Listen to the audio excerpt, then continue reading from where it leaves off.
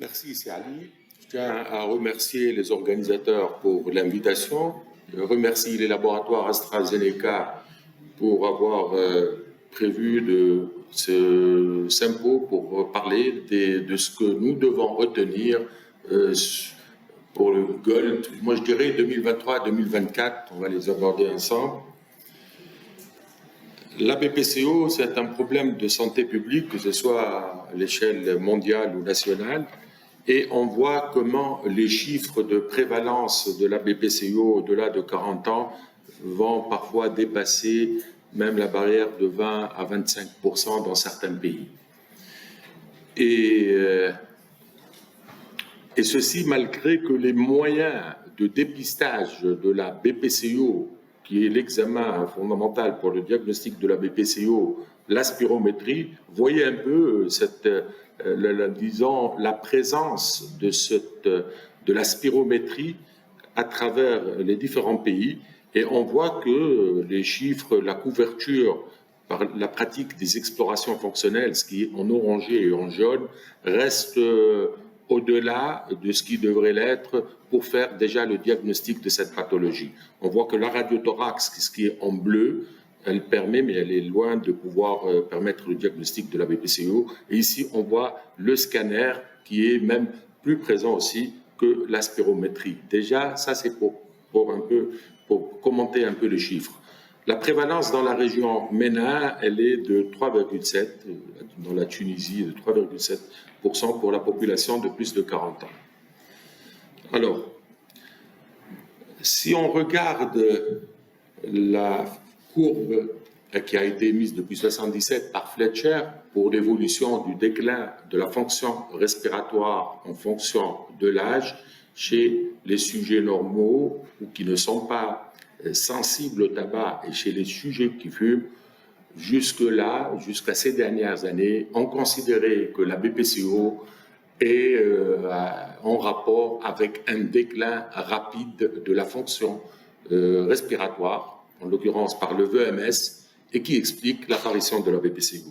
Or, actuellement, il est clairement admis qu'on ne se comporte pas tous de la même façon en termes de déclin du VMS, et on peut au moins parler de retard pour les gens qui ont un retard de croissance qui peut être à l'origine d'un développement anormal de la fonction pulmonaire.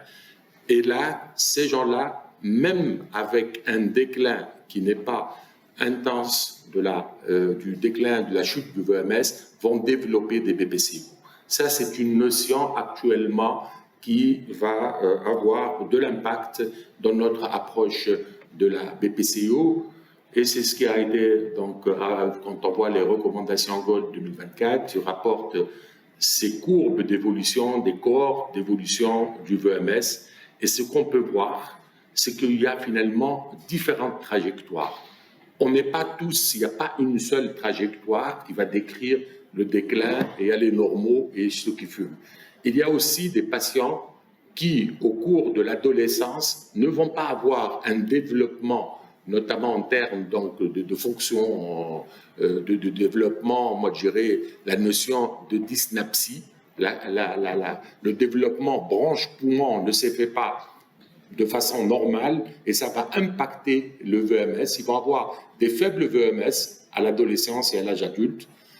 Ceux-là seront exposés à un risque important de BPCO, même sans déclin important du VMS au cours du temps, alors qu'ils peuvent aussi, dans leur évolution, changer de couloir, rattraper le retard, évoluer vers une courbe normale et avoir par la suite le même risque de développer une BPCO. Et cette notion donc d'évolution du VMS a quand même va avoir une importance même peut-être dans l'avenir, un impact clinique demain. Peut-être qu'on réfléchira un autre jour à pratiquer des VMS de manière systématique, moi je dirais à l'âge adulte ou après la puberté, pour tout le monde, afin de voir dans quel couloir on se situe. Et si on est dans un couloir à risque où il n'y a pas eu de développement suffisant pour entraîner des VMS, un VMS qui est normal, on va peut-être être plus prudent en termes d'exposition à tabagisme passif, à une exposition professionnelle, parce qu'on a vu aussi, on en parle, il y a une corrélation importante entre le développement de la BPCO et le développement de la BPCO et l'exposition, notamment chez les patients qui ont une évolution du VMS qui est dans la trajectoire ou le couloir d'un défaut de croissance. Alors, les expositions et les facteurs étiologiques de la BPCO, et c'est un peu ce qui ressort depuis 2023 et 2024, oui, le tabac est un facteur principal de la BPCO, mais il n'y a pas que le tabac. Et dans certains pays, je dirais que l'exposition environnementale, la pollution domestique, environnementale et professionnelle dépasse le tabac, notamment chez la femme, notamment dans les pays de l'Asie du Sud-Est, où il y a des pratiques et un environnement et une pollution qui est en train de voir une inversion, moi je dirais, de ce qui est connu, et le tabagisme est en train, moi je dirais, de perdre de la place, non, mais en train d'être dépassé par ces expositions et la pollution, l'exposition environnementale et professionnelle, et dont les facteurs, et au point que on parle de facteurs étiologiques actuellement de la BPCO, et on doit les rechercher comme on le fait pour d'autres pathologies. Et dans ces facteurs étiologiques, bien sûr le tabac, l'inhalation de particules de gaz toxiques. Il y a eu de grandes discussions, enfin, il y a des séries, il y a des études qui ont montré surtout une corrélation des particules de 2,5 mm lorsque on expose des patients qui présentent des problèmes de dyspnapsie et des problèmes de faible VMS. Ils peuvent être très sensibles au développement de la BPCO. Il y a eu des articles par rapport à ça. La pollution de l'air domestique et extérieur, les infections, le retard de croissance, des facteurs génétiques. Donc, finalement, on cherche beaucoup plus de facteurs étiologiques à l'origine de la BPCO. Là, j'ai montré la proportion des BPCO non-fumeurs dans le monde. Et on voit comment, dans certains pays où la pollution environnementale et professionnelle est importante, on voit des chiffres, l'augmentation de l'imputabilité à la BPCO chez les non-fumeurs peut être responsable de 60 à 70% des cas dans les pays en voie de développement. Et ces pays contribuent à plus de 85% de tous les cas de BPCO, autour de 50% dans le cas de PCO dans le monde. Donc l'importance de rechercher. Là, j'ai rapporté l'utilisation de la biomasse qui est largement incriminée dans la genèse de la BPCO chez des populations, même en dehors du tabagisme. Alors, il faut s'intéresser à la génétique aussi. Et peut-être, on sait que le phénotype M pour l'alpha-antitrypsine, le phénotype ZZ, et peut être donc à l'origine d'une munition de l'alpha-antitrypsine et l'apparition donc plus fréquente de BPCO. Mais même les hétérozygotes tels que MZ, le M c'est le normal, peut être plus exposé ou avoir des formes de BPCO plus sévères que les sujets normaux. Et là, je rapporte cette étude où on a démontré, bon, là ce qui est connu, donc que le ZZ donc, va développer le mozygote et va avoir plus de risques de BPCO. Mais dans cette étude où on a pris des BPCO et on a comparé l'évolution des BPCO chez les hétérozygotes MZ et les sujets normaux. Et ce qu'on a constaté, que même chez les hétérozygotes, les porteurs de l'allèle alpha-antitrypsine MZ atteints de BPCO avaient une fonction pulmonaire plus altérée et plus d'emphysème que le sujet MM atteint de BPCO. S'intéresser à l'origine, donc à la génétique, et ressortir cette entité à part est important dans la prise en charge. Alors, dans les recommandations, ça c'est un peu, donc en termes de facteurs de risque, ce qui ressort, le tabagisme passif, la biomasse, la pollution environnementale et domestique, le retard de croissance, comme on avait parlé au début, pour avoir, lorsqu'on va atteindre une courbe de croissance qui va être diminuée à l'âge adulte, ça a un impact important sur la BPCO. Cette population-là, quand on lui rajoute de la pollution, elle fera plus de BPCO. Les génétiquement prédisposés, et peut-être il est intéressant chez un BPCO, au moins une fois dans la vie, de lui pratiquer un dosage de l'alpha-antitrypsine, parce qu'on sait que peut-être ce qui est rapporté dans les chiffres, je crois que 1,7 des BPCO serait un déficit en alpha-1 antitrypsine de la forme homozygote et 1,3% de déficit en alpha-1 antitrypsine de type MZ chez les BPCO. Donc cet aspect. Alors, est-ce que le scanner thoracique, maintenant on parle de plus en plus de scanner thoracique dans la BPCO? En fait, là, c'est une conséquence de l'histoire de recherche de nodules, de dépistage, du suivi des cancers, qui nous apprend l'apport aussi du scanner dans la BPCO, notamment lorsqu'on va retrouver dans 30% des cas peut-être des bronchiectasies, lorsqu'on va trouver les bulles, ça va être aussi d'un apport dans certaines prises en charge thérapeutiques du cancer, notamment les bulles ou la chirurgie de réduction de volume. Donc de plus en plus de scanners dans la prise en charge de la BPCO. Là, on parle maintenant d'étiotypes de BPCO et on va faire l'enquête étiologique quand on a un patient BPCO. On va chercher s'il n'y a pas un facteur génétique, on va chercher s'il y a un développement anormal du poumon ou s'il y a une exposition tabagique, mais aussi environnementale. Et on va chercher les infections, parce que les infections de l'enfance peuvent être à l'origine d'un retard de développement et expliquer l'apparition de BPCO à l'âge adulte. Il y a aussi l'association de BPCO et asthme. Donc, on a l'asthme. Donc, BPCO, maintenant, c'est devenu une entité pour laquelle il faut faire une enquête étiologique pour déterminer dans quelle situation on va se trouver et proposer un traitement qui serait probablement adapté.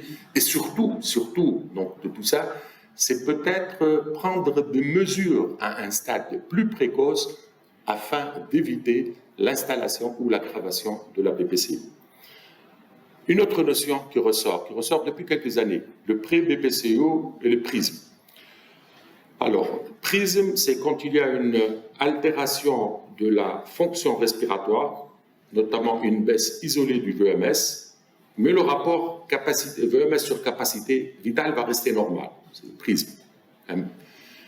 Le pré-BPCO, en fait, ce sont des malades qui vont avoir aussi un rapport VMS sur capacité vitale qui est normal, mais qui vont avoir de l'emphysème probablement sur le scanner, qui vont faire de la bronchite chronique, qui font peut-être ce qu'on appelait avant, en 2001, dans les recommandations GOLD, où on a pour la première fois parlé de GOLD de 0, puis ça n'a pas beaucoup duré, je crois qu'en 2006, il ne fait plus dans la classification du GOLD. Donc là, le pré-BPCO et le prisme, on est en train, donc, certainement, pour le moment, il n'y a pas eu d'études, notamment sur le plan médicamenteux, des études qui ont apporté un bénéfice de traiter ces patients, mais ça reste toujours une population à risque de développer une BPCO et à risque de complications respiratoires. Et je vais vous rapporter, là, c'est l'étude de la trajectoire. On va dire, c'est une cohorte, cette étude elle est très intéressante. L'objectif, c'est étudier l'histoire naturelle, le pronostic à long terme de cette trajectoire prisme. C'est la trajectoire prisme. Les gens qui vont avoir prisme et qui vont rester tout le temps en prisme, c'est-à-dire avec un développement anormal, ils vont vu les sujets qui étaient au départ prisme, mais par la suite, ils se sentent ils ont évolué donc de manière, je dirais, normale. Et les patients qui sont partis d'une courbe, une trajectoire normale, et qui vont évoluer vers le prisme. Donc, dans ces différentes trajectoires, on les a suivis dans le temps et on a essayé de voir les complications cardiaques et respiratoires qu'ils font. Et qu'est-ce qu'on voit? On voit que les gens qui sont en rouge et en noir, la courbe en noir et en rouge, c'est ces deux courbes-là. La courbe des sujets normaux, on va dire, qui ont développé le prisme au cours de l'évolution, et les sujets qui sont restés tout le temps prisme vont avoir, comparé aux sujets qui étaient prisme au début et sont devenus normaux, ou les sujets normaux, les courbes jaunes et vertes, on voit une différence significative en termes de complications de pneumonie, d'admission pour BPCO ou de complications d'insuffisance coronarienne. Donc ces gens-là, ils sont les sujets qui ont évolué vers le prisme ou les sujets qui étaient normaux et ont évolué vers le prisme vont faire plus de complications cardio-respiratoires. Alors que les sujets normaux ou les sujets qui étaient prismes et sont devenus normaux n'ont pas un risque plus élevé de développer des complications cardio-respiratoires. Donc, localiser en quelque sorte dans quelle trajectoire on est peut avoir un impact dans la prise en charge de la BPCO. Et puis, la relation entre la pollution de l'air et le développement de la BPCO. Alors là, il y a une corrélation importante. L'exposition chronique à la pollution de l'air ambiant, elle entraîne une diminution de la fonction ventilatoire. Et comme on l'avait dit, chez les patients qui présentent un problème de dyspnée, donc c'est les gens qui vont avoir un développement branche-poumon n'est pas corrélé, qui vont aboutir à une diminution des performances respiratoires, un VMS, je dirais, diminué, ou une diminution, quand ils vont être exposés à la pollution, vont avoir un risque beaucoup plus important de développer une BPCO. Et la finalité de tout ça, peut-être un autre jour, quand on va faire le VMS, on va localiser, on va connaître la trajectoire, où est-ce qu'on est, je pourrais reclasser un patient qui serait prisme lorsqu'il travaille dans un milieu professionnel hautement exposé ou à la pollution environnementale, enfin professionnelle, par exemple, et ça éviterait l'évolution vers la BPCO. Voilà donc ce volet réservé à la modification des concepts et des facteurs étiologiques à l'origine de la BPCO. Alors, en traitement, il n'y a pas eu beaucoup de modifications. Bien sûr, c'est les stades des ABE. Et pour les stades ABE, on va dire pour le stade A, on commence d'emblée les bronchodilatateurs longue action, une monothérapie. Pour les stades B, ça va être l'abalama. Et pour les stades E, exacerbateurs, ça va être l'abalama. Et on a clarifié un peu plus la place de la corticothérapie inhalée. On a clarifié un peu plus la place de la corticothérapie inhalée chez les patients BPCO exacerbateurs. Et grâce aux deux études, ETHOS et IMPACT, c'est des études qui ont été faites chez des patients exacerbateurs fréquents. On a remarqué que là, en termes d'exacerbation, quand ils prenaient du P2-zénith, que ce soit à la forme 160, l'équivalent de 200 de ce qu'on a nous, en termes délivrés et inhalés, ou le 320, l'équivalent du 400 du 2-zénith, associé au LABA et LAMA, on faisait moins d'exacerbation et on améliore même la mortalité comme on les voit sur les courbes. De même pour cette étude ou l'étude IMPACT par rapport à la trithérapie et la réduction du risque d'exacerbation modérée à sévère. Donc, ce qui en découle de ces études par rapport à l'utilisation de la corticothérapie inhalée, c'est que comme quand on est dans le stade E et on va commencer un traitement, soit on va donner du LABA/LAMA, soit on va donner une trithérapie, associer la corticothérapie inhalée au LABA/LAMA. Et quand on va donner la trithérapie, donc on reste comme en 2023 dans le GOLD, on est plus vers la corticothérapie inhalée quand il y a une histoire d'hospitalisation pour exacerbation sévère, plus de 2 exacerbations, et quand il y a le taux d'éosinophiles, il est supérieur à 300, ou lorsqu'il, bien sûr, il y a une histoire d'asthme concomitant, là, à chaque fois qu'il y a un doute d'asthme, d'ACO, il est obligatoire de donner la corticothérapie inhalée.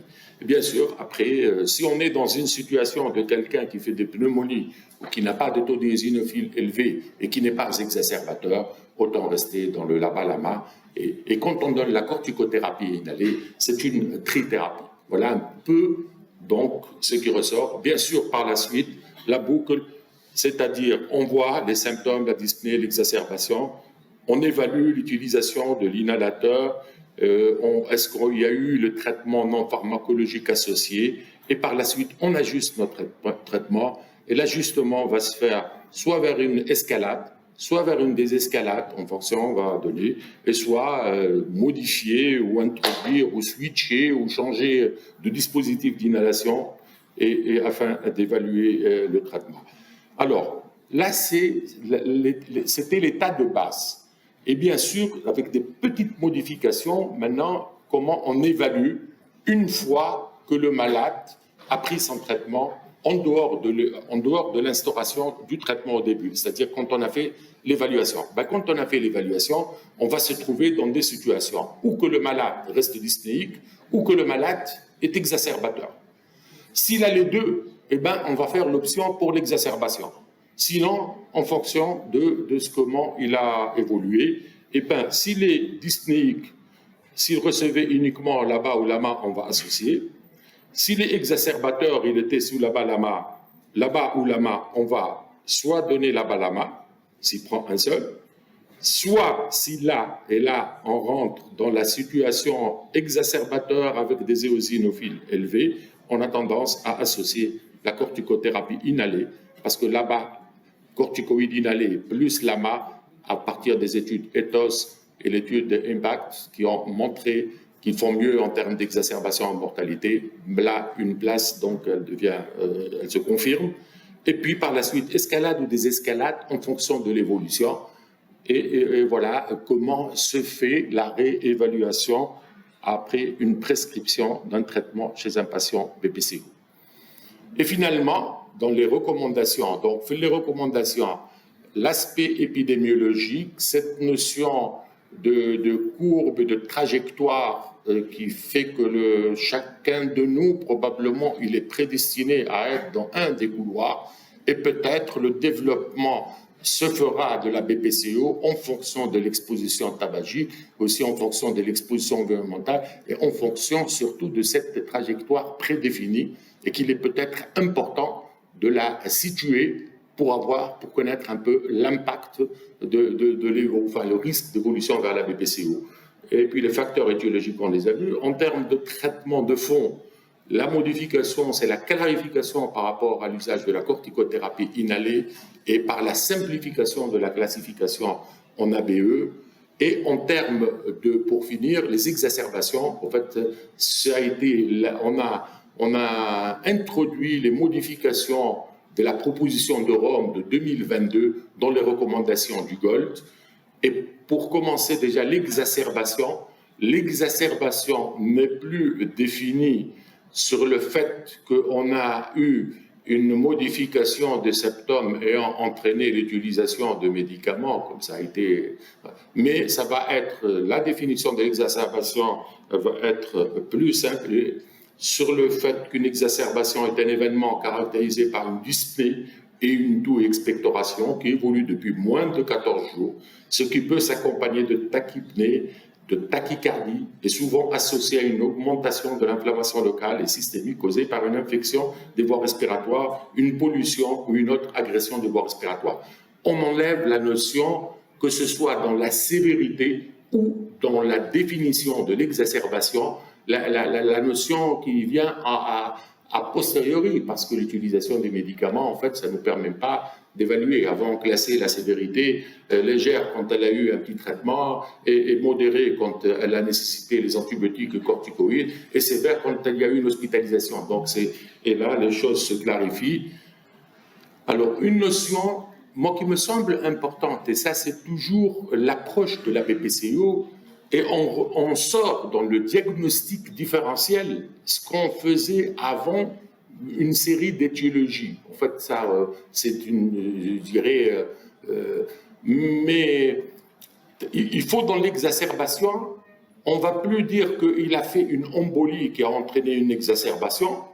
Il vaut mieux exclure l'embolie, la pneumonie, l'insuffisance cardiaque, le pneumothorax, l'infarctus du myocarde. En quelque sorte, une exacerbation de BPCO, c'est quelque chose qui arrive, qui peut arriver 1 ou 2 fois par an, ou même 3 fois par an chez un BPCO, qui ne justifie pas moi je dirais dans tous les cas, une hospitalisation ou une mise en marche d'une batterie d'exploration, parfois invasive, mais agressive, ou multiplication des examens.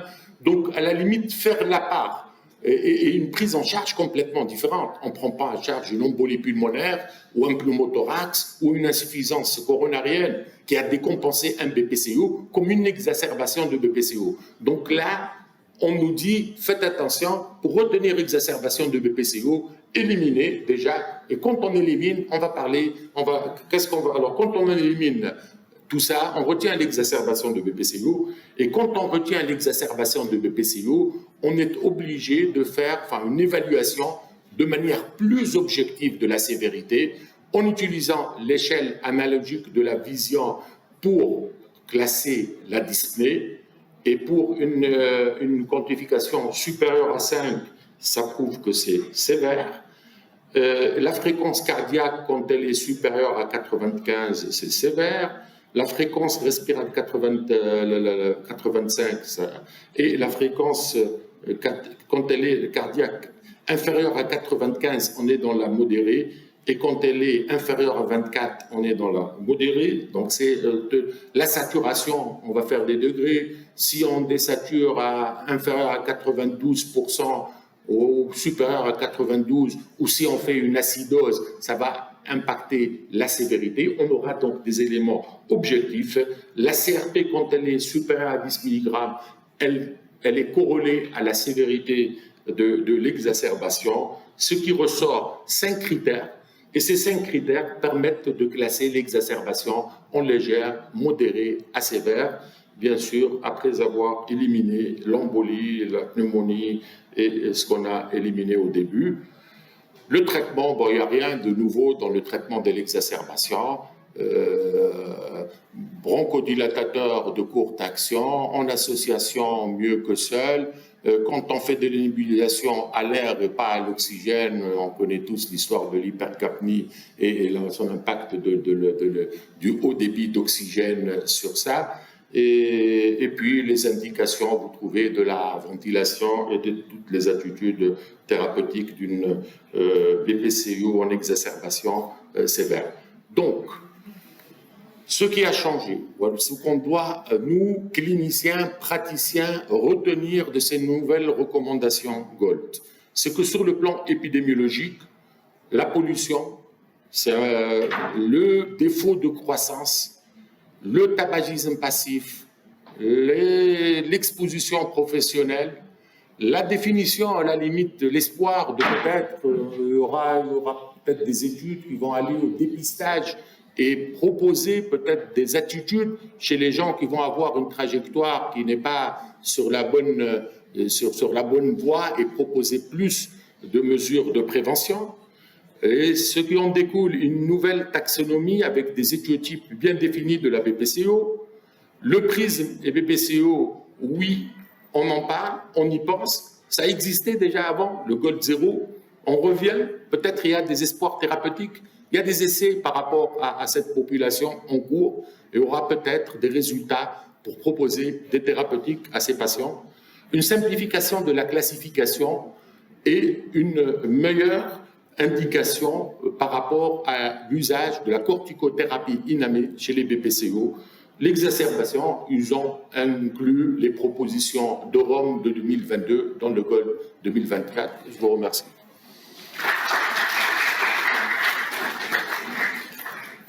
Merci beaucoup. On va passer aux questions dans la salle. Pas de parole. Merci beaucoup, Zézé, pour cette mise au point sur l'effet du GOLD 2024. En fait, les exacerbations, ça ressort de nouveau, et j'aimerais avoir votre avis sur, d'après ce que vous avez lu dans la littérature, sur les exacerbateurs fréquents et le risque de survenue d'événements cardiovasculaires dans le futur. Alors, il y a moins d'incrimination de bêta-bloquants, ça c'est clair. Il y a plus d'arythmies complètes, d'accord, là où il faut être prudent. Voilà, mais ce que je retiens, c'est peut-être par rapport à l'insuffisance coronaire, il faut être large en traitement. Et la place d'ailleurs du scanner, la place du scanner, il faut être attentif au vaisseau quand on fait un scanner. Et on a souvent l'occasion de découvrir des calcifications sur les vaisseaux, et ça doit lancer la démarche pour aller approfondir le côté cardiovasculaire. Mais je pense que c'est essentiellement les bêta-bloquants, pas d'autres. Et un paragraphe sur les arythmies complètes par fibrillation auriculaire dans leur prise en charge, qui peut être assez fréquente dans les BPCO. Merci beaucoup, Olivier. J'ai deux petites questions. La première, en fait, par rapport au cutoff pour définir la BPCO, qui est quand même dans le GOLD, donc ils se sont limités à 0,7. Vu qu'il n'y a pas un impact sur le pronostic si on utilise le cutoff à 0,7 ou la limite inférieure à la normale. Or, en pratique, vu les pneumologues, apparemment, chacun, et surtout entre physiologistes et pneumologues, les physiologistes utilisent surtout le cutoff de la limite inférieure de la normale, alors que beaucoup de pneumologues restent, donc, ils se basent sur le 0,7. Ce n'est pas votre position, votre avis. Peut-être au niveau de la CNRA, on doit homogénéiser cette définition de la BPCO chez nous en Tunisie. Alors, mon avis, moi, étant très praticien, aka plus clinicien basique, mais je pense que pour la définition, il est plus simple, même si en valeur, parce qu'on sait que quand on parle de 0,7, chez les sujets jeunes, on va avoir une sous-évaluation, et chez les vieux, on va avoir une surestimation, parce que la courbe du 0,7, c'est plutôt 0,5, 65 chez les sujets de plus de 70 ans, et c'est peut-être 0,80 pour les enfants, voilà, grossièrement. Donc, à la limite, la réalité de ce trouble, de l'écoulement de l'air à l'origine de l'obstruction, il peut être à 0,75 comme étant, il a la même signification que le 0,65 ou 0,68 du sujet âgé. Donc, sur le plan physiologique, je crois qu'il y a du bon sens. Maintenant, est-ce que maintenant on va dire aux cliniciens c'est le 5e percentile qui correspond à 1,64 pour le Z et qui peut rentrer dans cette, il va regarder à chaque fois la courbe et voir le Z, c'est peut-être rare. Alors moi j'ai posé cette question que tu as posée, j'ai posé en présence de 2 grands experts. Il y a eu 2 conférences, l'ERS, il y avait un physiologiste, il y avait un clinicien qui en parlait. Moi, je pensais que le clinicien, j'étais convaincu qu'il allait suivre, j'ai parlé comme ça. Alors, le physiologiste, bien sûr, il était, la courbe, elle est comme ça, le VMS, quand on le voit, pour lui, ça ne peut être que comme ça. Le clinicien, il adhère un peu à 0,7, mais à la fin, il me dit, avec le temps, on va passer certainement aux aides et par la limite inférieure. Moi, je pensais que le clinicien allait être moins... Donc, semble-t-il que l'évolution dans le temps, ça va être vers la valeur par le Z-score. On va travailler sur des tableaux, sur des cours pour définir. De toute façon, le Z-score, c'est beaucoup plus de précision, incontestablement. C'est une valeur scientifique qui n'a pas été utilisée pour ça. Ça a été utilisé pour les périmètres crâniens chez les enfants et ça a démontré une précision statistique exceptionnelle. Donc on est plus dans la normalité qu'avec le 0,7. Ça va, mais je te donne la parole. Parce que nous, dans notre pratique courante, les choses sont inversées. Quand on a un patient devant nous, moi, praticien, j'ai déjà fait des visites de BPCO et je le confirme par la spirométrie, et quelquefois même la spirométrie n'est pas très conforme, parce que c'est un examen très difficile de réussir, donc on retient quand même le diagnostic. Ce n'est pas un point qu'on regarde avec nous, ce n'est pas la glycémie, et ce n'est pas les valeurs tensionnelles. Et je voulais dire que le Gold reconnaît que Z-score et limites de la normale sont plus performantes que 0,7, mais il ne l'est pas encore parce que tous les pays, c'est des recommandations internationales, et tous les pays n'ont pas les valeurs de référence pour adopter cette classification. Nous, on a l'avantage de l'avoir parce que grâce au travail de Sousse, mais les autres pays ne l'ont pas, mais le Gold reconnaît clairement que c'est plus fiable de se baser sur le Z-score et les limites de la normale. Moi, j'ai une question par rapport aux choses compliquées qu'on voit en pratique.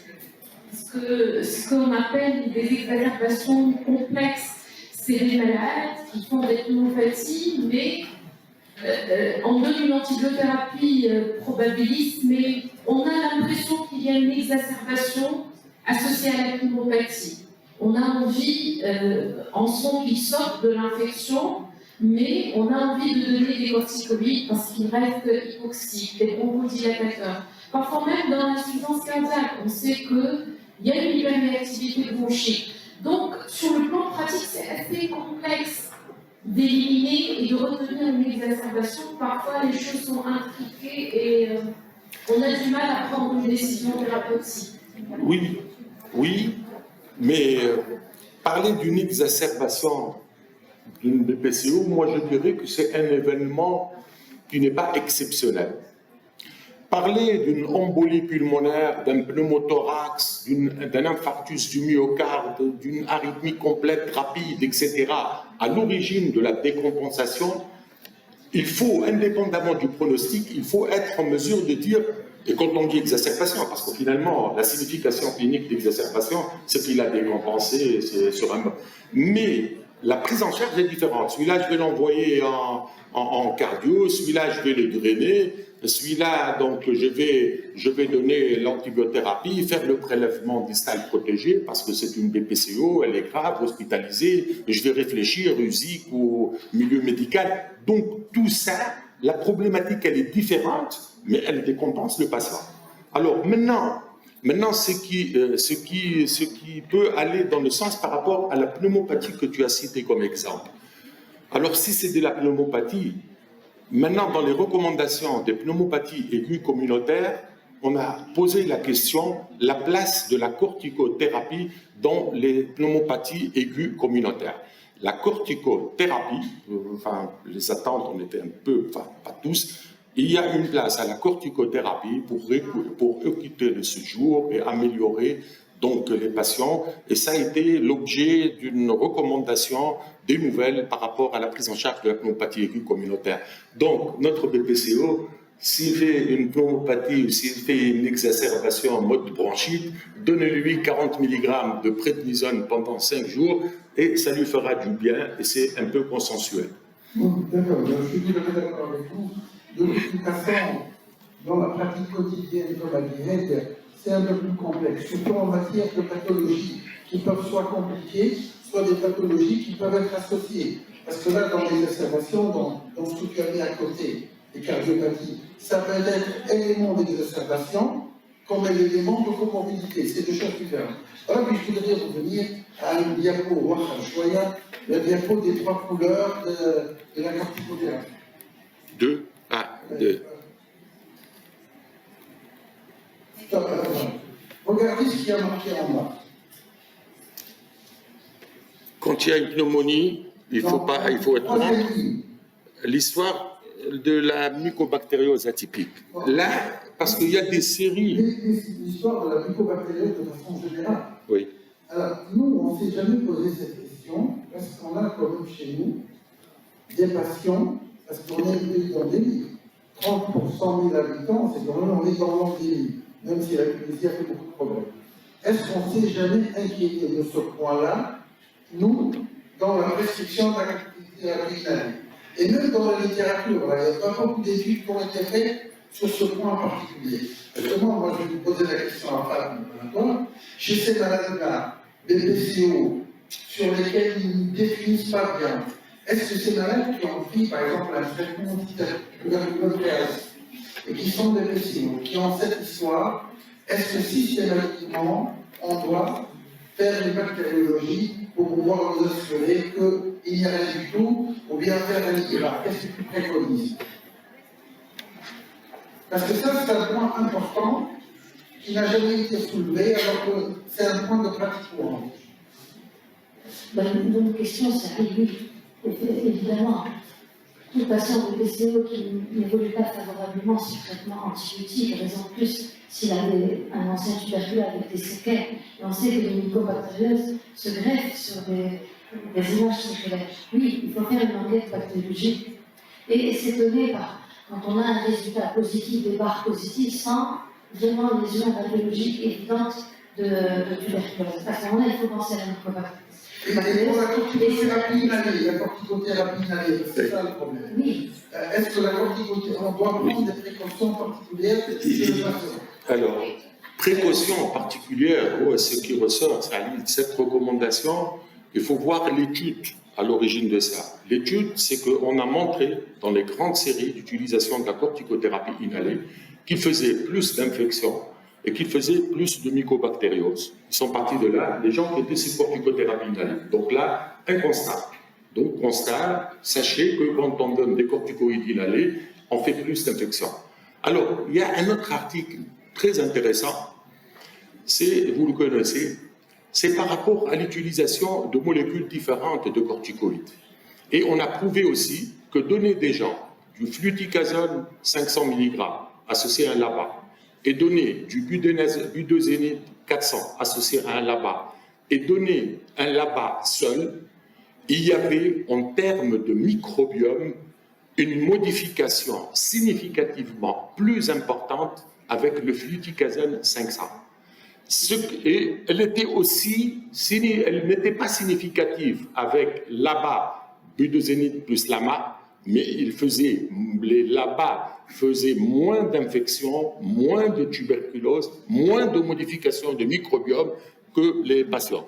Et c'est l'étude un peu qui a taxé l'utilisation du fluticasone par rapport à... Il a répondu, donc il a pris la parole, c'est exactement ça, c'est le fluticasone. Et maintenant, pour la dernière remarque, l'IGRA, pourquoi l'IGRA? Non, je vous pose la question. Il n'y a pas de place. Il n'y a pas de place. Non, pas de place. Non, mais moi, je vous pose la question. Donc, si on a un passé de mycobactériose chez une personne pour laquelle nous devons mettre un traitement corticoïde inhalé, il est préférable à l'avance de pouvoir faire une enquête bactériologique, même pas une enquête, quoi. C'est beaucoup, ça.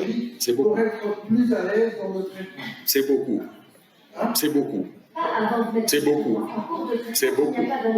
Tu t'imagines, toute asthmatique, c'est beaucoup à mon avis, mais prudence, c'est la dernière ligne de la dernière case rouge. Moi je pense prudence et accorder de l'importance à cette donnée. Bon, merci beaucoup, on a bien discuté, merci Dachi, merci au laboratoire et merci aux organisateurs, il y a des ateliers pour le moment.